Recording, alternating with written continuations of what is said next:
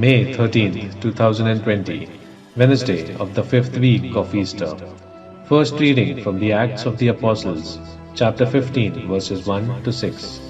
Some who had come down from Judea were instructing the brothers, "Unless you are circumcised according to the Mosaic practice, you cannot be saved," because there arose no little dissension and debate by Paul and Barnabas with them. It was decided that Paul, Barnabas, and some of the others should go up to Jerusalem to the apostles and presbyters about this question. They were sent on their journey by the church and passed through Phoenicia and Samaria, telling of the conversion of the Gentiles, and brought great joy to all the brethren. When they arrived in Jerusalem, they were welcomed by the church, as well as by the apostles and the presbyters, and they reported what God had done with them.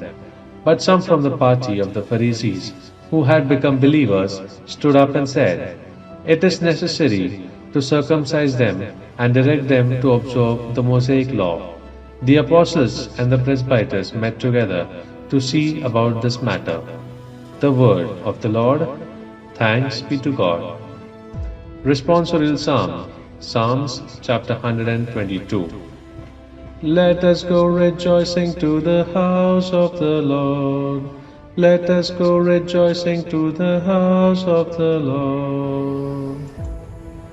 A reading from the Holy Gospel according to John, chapter 15, verses 1 to 8.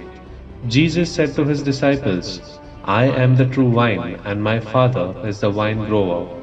He takes away every branch in me that does not bear fruit, and everyone that does, he prunes so that it bears more fruit. You are already pruned because of the word that I spoke to you. Remain in me as I remain in you. Just as a branch cannot bear fruit on its own unless it remains on the vine, so neither can you unless you remain in me.